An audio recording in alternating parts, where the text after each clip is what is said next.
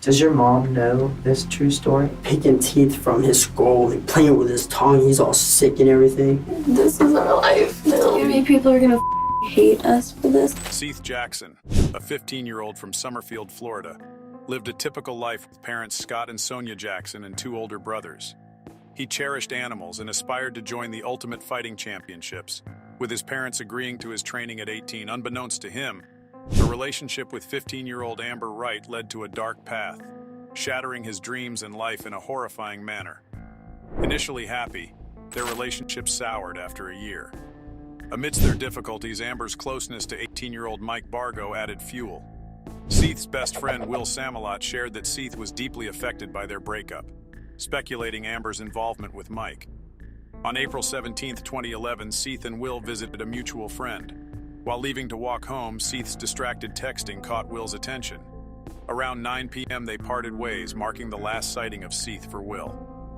The day after Seth didn't come back home, his mother, Sonia Jackson, reported him missing. A news report about his vanishing prompted Amber Wright's half-brother, Kyle Hooper, to break down emotionally. He confessed to his mother that he had information about the situation.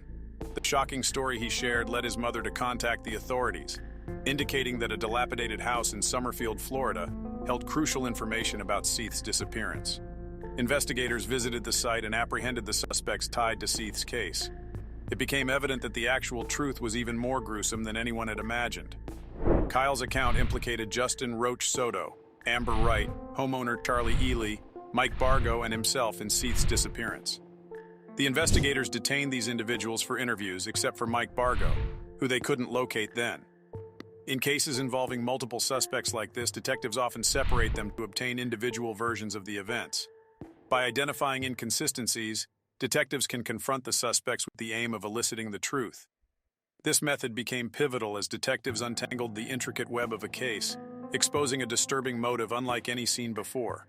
You can sit right there, that's fine. Thank you. That's kind of why we have the chairs to sit up. Alright, so what's the issue? Meet 20-year-old Justin Soto, often referred to as Roach by his friends. As the oldest among the suspects, he resides in the house where the events unfolded. Investigators suspect he might possess crucial information regarding Seth's fate. What's the issue? You know what? I have a feeling you're going to tell me, okay? Listen, I want you to understand something, okay? I don't know what you do or don't know. You're not in trouble with me, okay? But this is extremely important. The detective attempts to reassure Justin, claiming he's not facing trouble, although this might not encompass the entire reality. Law enforcement frequently uses such statements to establish a connection with suspects, encouraging them to share information openly with the officers. Are you from around here? I've lived here for a while, but I'm from Hawaii.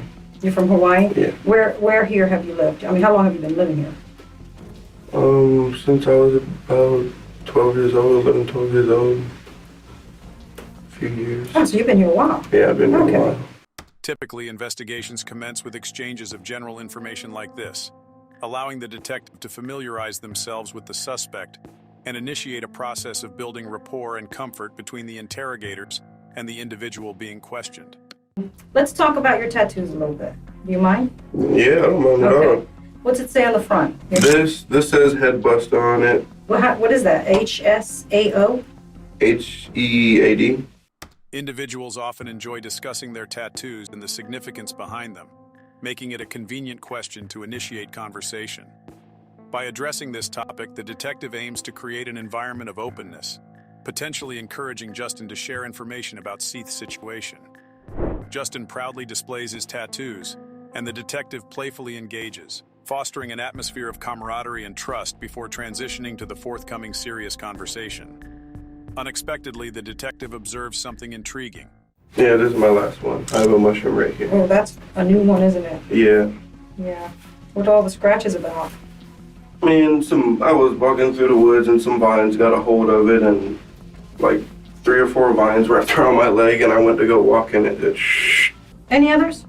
No, that's it. That's it? Okay. You don't have anything on your back and your arms? Wow, that's different. Usually that's where they put them all. You got a cold or something? Yeah, I've been sick for like almost 2 weeks now. Well, I'm not really sick anymore. I just got this crazy behind cough, and it aggravates me. Though Justin's account might hold validity, a sudden escalation in coughing can also signal heightened stress. When the body enters fight or flight mode, mucous membranes can dehydrate, resulting in a sensation of dryness in the mouth and throat. In individuals who already experience a persistent cough, this dryness might aggravate irritation and amplify coughing. I understand that you guys were, in a crowd. I'm older, so I'm gonna say kids. Yeah. Hanging out together, okay?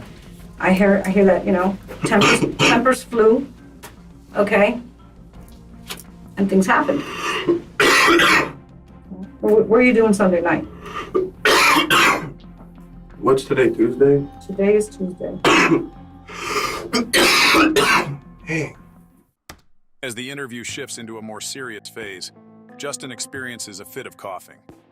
All of those undergoing questioning resided with Charlie Ely in her residence during the period when Seath vanished, except for Amber Wright, who was a regular visitor and often spent nights there. Okay, so you just got in a car and you didn't ask any questions like, what do you want? Why am I here?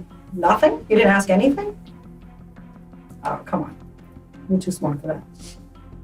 I'm not worried about it. I didn't do nothing wrong. I mean, I was just coming over here to see what the hell's going on. Because I woke up. But you even said it yourself, okay? You're nervous about places like this, okay? So there's no way you're going to sit there and tell me that you got into a police car, okay, and ask no questions as to why you're getting into a police car after being woken up, okay? Drawing from the information previously gathered from Justin, the detective employs logical reasoning to suggest that his behavior might already be veering towards dishonesty during their conversation. Meet 18-year-old Charlie Ely, the proprietor of the residence where Justin, Kyle Hooper, and Mike Bargo also reside. I don't like this room. I'm about to go crazy.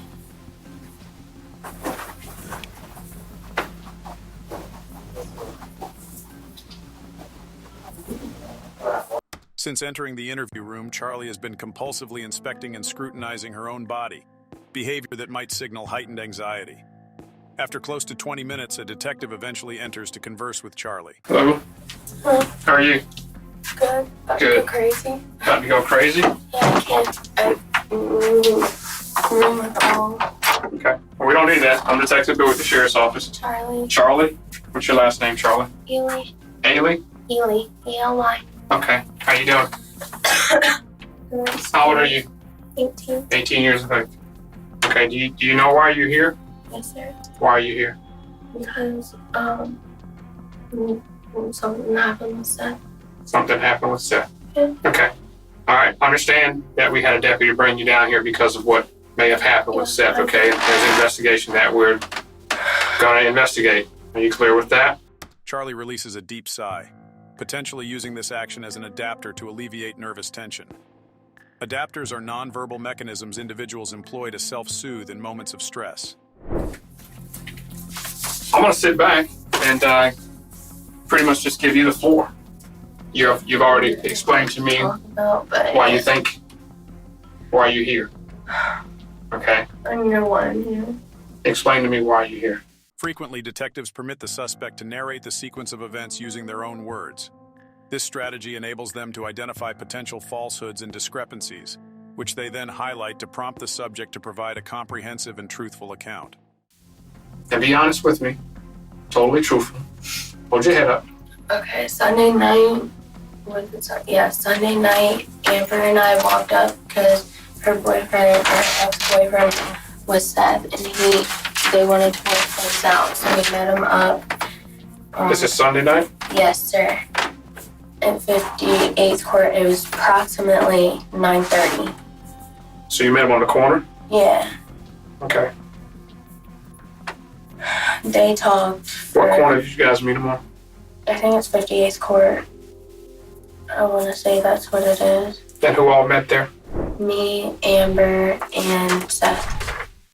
Amber, aged 15, is none other than Seath's former girlfriend. She's also Kyle Hooper's half-sister and is suspected of having a romantic involvement with Mike Bargo. In a nearby room, she will soon commence sharing her version of events in a similar manner. I introduced myself before. My name's Rhonda, okay? And I'm gonna I'm gonna talk to you about this, okay? Okay, I just need you to tell me the story, and let's start with the other night. I understand that you and Charlie went to another neighborhood or went down the street. Tell me how this all comes about. Unlike her fellow detectives, Detective Stroop dives right into the narrative, commencing with Amber's involvement in the unfolding events. Well, me and him were already talking on the phone. Me and him. Seth. Okay, you and Seth. Did Seth call you or did you call Seth? Well, he had called me a couple days before that and I didn't answer. Okay. So I called him that night. And you and Seth, and correct me if I'm wrong, okay? You two had a relationship. Yes, ma'am. Was he, how was your relationship with him? Not the best. Tell me why you say not the best. We'd always fight. He'd always hit me and cheat on me and all that. So he was physically abusive to you? Yes, ma'am. As Amber details her relationship with Seath, she unconsciously touches her hair, displaying an adapter behavior. This action could indicate her discomfort while discussing this sensitive topic. Who all knew that? Me, Charlie, my brother. Okay, so Kyle knew about it. Was there a lot of people in the neighborhood just that ran around with you guys that knew this? Yeah. Because your mom, I understand, knew it. Mm-hmm. Okay. So Seth had called you a few days before. Mm-hmm. You called him back, and what day was that? I think it was Sunday night. Sunday night? It was the night that this all happened. Okay, so you called Seth, and what did Seth say? Well, it started off, I was like, hey, I know you called me the other day and I didn't answer, but you wanted to make up. So do you want to make up or like try and be friends or something because I'm sorry for everything? And he was like, yeah, I think that'd be a good idea for the both of us because we're both tired of fighting with each other. But we just wanted to stop the drama. Okay. So were you guys going to get back together as a couple? No, we were just going to try and be friends. Okay. Because we were friends before we ever dated. Okay. We were really close. Okay. And he was like, well, you should walk down here. And I was like, well, if I walk down there, I'm not walking alone because it's too dark, so can my friend Charlie come? Uh-huh. And he was like, sure, I guess. Where was Seth at when he said walk down here? The neighborhood at the end of my road, Bellevue Ridge Estates. Okay, so Seth was at Bellevue Ridge. Whose house was he at down there? He said something about Brittany. It appears probable that Brittany was the friend Seath and Will visited on the night of his disappearance. Will noted that Seath seemed preoccupied, texting on his phone as they departed. This message stands as Seath's final text. It's intriguing that he held suspicions about Amber's intentions, fearing a potential ambush. This raises the possibility that he had valid reasons to exercise caution. Went down there and talked? We were talking for maybe like not even 30 minutes. Okay. And his mom, I guess, texted him. And I was like, who are you texting? I thought we were talking. And he was like, my mom told me either right now or never. And I was like, oh, okay.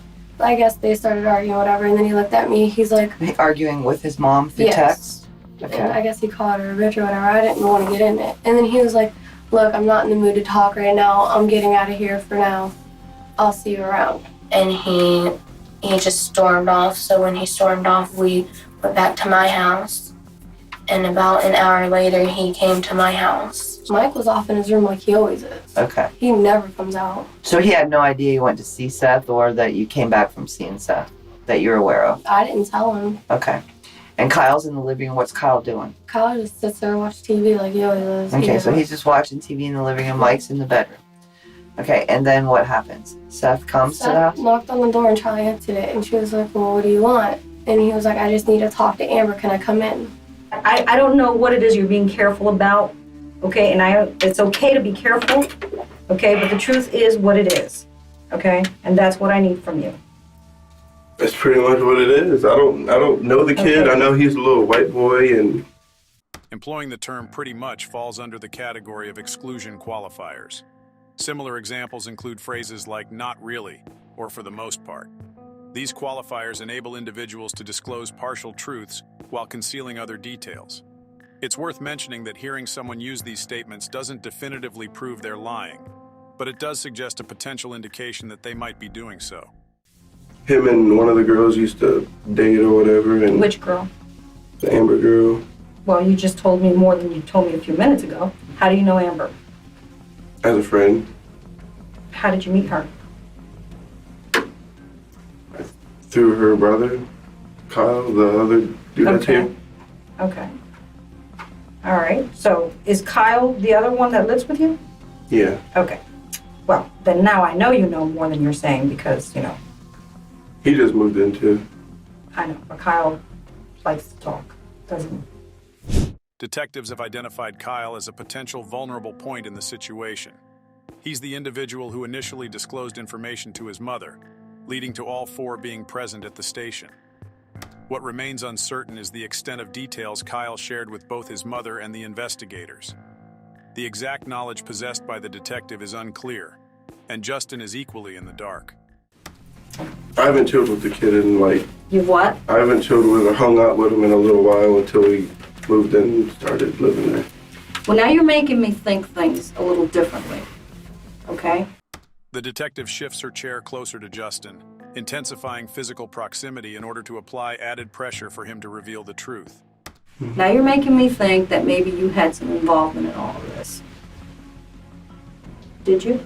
No, ma'am. Did you have any involvement in any of this? No, ma'am. No? Where'd you get the scratches from on your legs? Vines walking through the woods. Because those were very, very fresh scratches. When did you get those? Yesterday. I was walking through the woods yesterday. Yesterday? Mm-hmm. What woods were you walking through? In my old neighborhood, where I was going to talk to the dude about the tree job. Okay. What neighborhood is that? It doesn't have a name. It's behind a church, a big church. At the outset, this response proves inadequate, marking the beginning of a sequence of exceedingly vague answers from Justin. I work in the woods too, and I don't get scratched up like that. No, they have little, what are those called? Thorns or whatever on them. Okay. And they're up there on my leg. Let me see your other leg. Yeah, you're pretty scratched up. That's not from a walk through the woods. Sure it is. No. Talk to me, Justin. That's what happened. That's woods. Oh, I believe it's woods. Yeah. I believe that. I have no doubt it could be that. But that's not from walking through the woods. Yeah. Okay? So we were either running, we were walking in the dark. The detective revisits the night under scrutiny, and Justin persists in his approach of creating distance between himself and the others. I don't know anything about what happened. I just came home and I went to sleep. While Justin persists in claiming lack of awareness about the situation, the girls proceed with sharing their rendition of the events. Did Seth call you before he came down? No, ma'am. So he just showed up an hour later. Yeah. When you came back, did you talk to your brother or Michael about what Seth had said, or that you guys had a conversation? Did they know? No, they didn't know what we talked about. Okay. Kyle asked me where I was going, and I just told him, I was like, I'm going to talk to Seth and try and figure things out. Significantly, Amber's account also omits any reference to Justin's presence at the scene. I hear a knock at the door. It's Seth. So I let him in, not thinking anything was wrong with it. Okay. Can you draw me a drawing of your house? I guess. I just want to try to get a picture of what Okay, like exactly. idea. The detective could be having Charlie sketch the floor plan to ensure her narrative is well defined. However, a meticulously drawn floor plan could also enable the detective to highlight specific details that appear questionable or unusual. She let him in. He sits in the chair. Me and her sitting by each other on the couch. And out of nowhere, Kyle just gets up and hits him. So were they arguing first before you hit him? You just... No, Amber and Seth were talking, and Kyle comes out of nowhere and hits him, and me and Amber dart to my room. And where was And he at? Kyle said, get out. And he went out that way, and we heard Mike's door hit something, and Mike came out, and we heard gunshots. Okay. And by then, me and Charlie took off to her room. We shut the bathroom door, and we heard another door just fly open, and we just heard gunshot after gunshot after gunshot. And after maybe 5 or 6 times of hearing it, it got quiet. And then you hear Kyle go, "What did you just do?" The introduction of a weapon into this equation casts a dark shadow over Seath's situation. However, the precise sequence of events remains uncertain since the girls didn't directly witness the incident. Reconstructing Seath's fate proves challenging, compounded by his absence. How do you think Michael knew Seth was out there? He probably heard him talking. Okay. So it's one of them things where it's not that far apart. Yeah, the house is The very house is small. He would know It's Seth's small. voice. Yeah. Oh, Okay. yeah.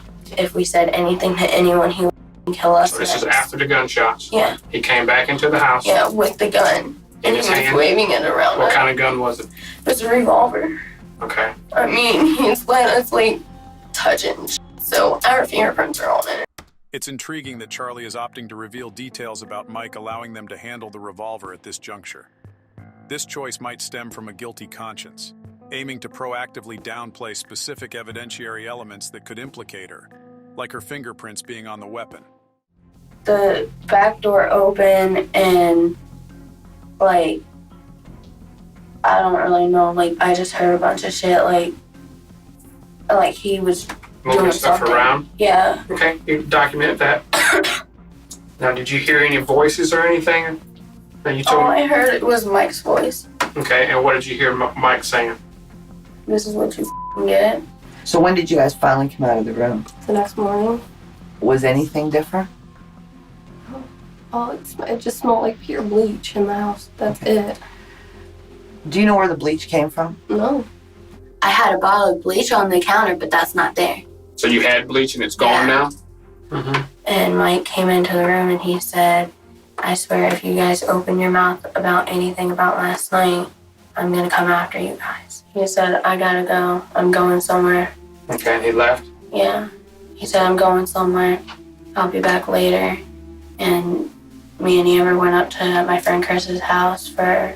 Did you look around your house or anything to see what Like, I I mean, you had to be was curious looking about something, I right? was looking around, but I didn't see anything. Like, I didn't see really anything. I mean, the only thing that I really noticed was in my bathroom, my shower doors, not my bathroom, but the guest bathroom, shower doors were down. Where was Michael the next day when you got up? Mm-hmm. Did you see him? No, he just wouldn't come out of his room, and then me and Charlie left. And we were up at her friend's house until maybe 4, 3. Okay. What time did you call me? When you made dinner? Probably about 3. So Michael was in the house though when you woke up in the morning. Yes, ma'am. Okay. This minor inconsistency stands out within an otherwise closely aligned narrative. Charlie asserts that Mike was actively making threats elsewhere, while Amber contends he remained asleep in his room until their departure. This guy, Justin Soto, was he there when this happened? I didn't see him anywhere. Like, I don't think he was there. I think he was talking about going and talking to someone in another neighborhood about a job that he has to do, like, next week. What have you heard about Seth? Tell me everything He you've used heard to- about Seth. Like he used to date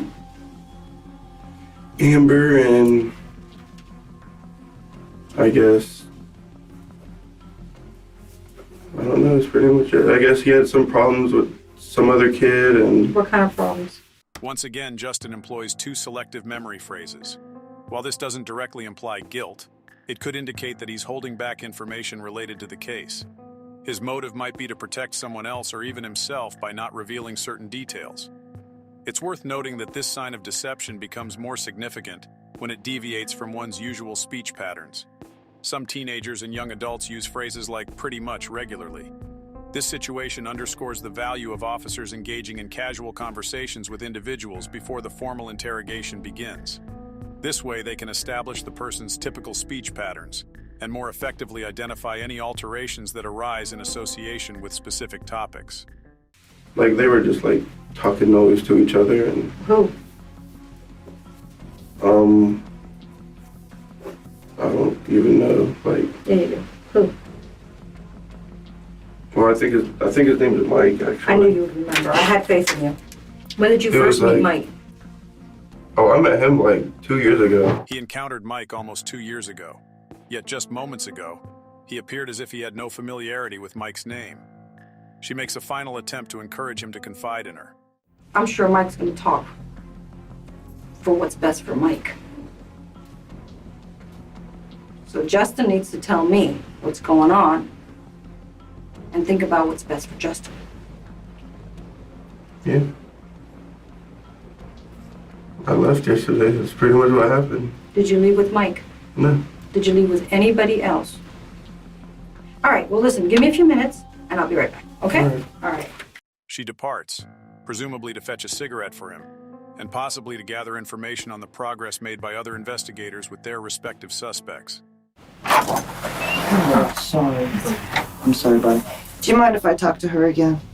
Okay, I'm gonna bring Kyle in here with you, okay?